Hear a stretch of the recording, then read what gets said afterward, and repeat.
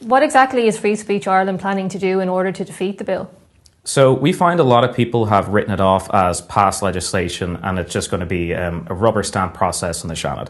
We have seen this in the paper, even that term, that it's just going to be approved and nothing's going to happen. We actually have faith in our senators that it will be thoroughly debated and it will be heavily amended, or can be heavily amended, before it ends up on President Higgins' desk.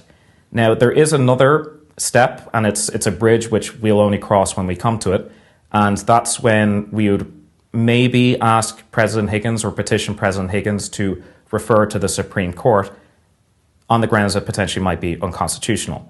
That'll be another way to potentially defeat the bill.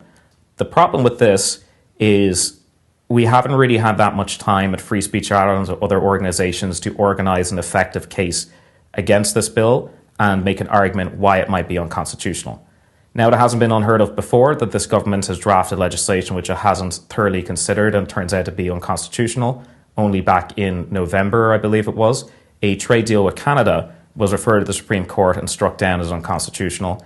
And I've been told by people involved in the Irish government before, like Ambassador Ray Bassett, he's given public comments saying that this generation of ministers does not seem to scrutinise legislation as much as previous ones have done, and they make mistakes. So we hope that is the case, but if it gets referred immediately by President Higgins to the Supreme Court, it might not give us time to prepare a case on our own.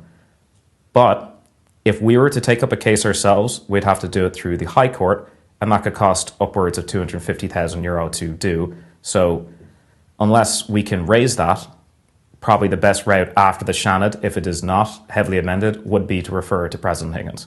But at that point, if he were to approve it, would that be game over? It'd be game over in terms of it's just considered constitutional, so we won't be able to challenge it. And then after that, the only way of getting rid of it would be to an elected government that might get rid of it or amend it. Now, we do see, we have heard, we've seen in the papers, kind of the statistic that they put out is only 14 TDs voted against the legislation. What we would like to draw attention to people is, like, while that is very disappointing, that only 14 voted against it, it was nearly half and half when it came to voting for the amendments to remove the rights pertaining to, or the sections pertaining to possession of hateful materials and the sections pertaining to speech. Sinn Féin voted against that. Quite a lot of Labour voted against that. Even Aidan O'Riordan, I don't think anyone expected him, or even Paul Murphy for that matter, to be so heavily against the speech sections of this bill. So if there is, let's say, another government, there is a possibility that it could be amended or completely scrapped, and that will be the only route after it gets approved by the Supreme Court.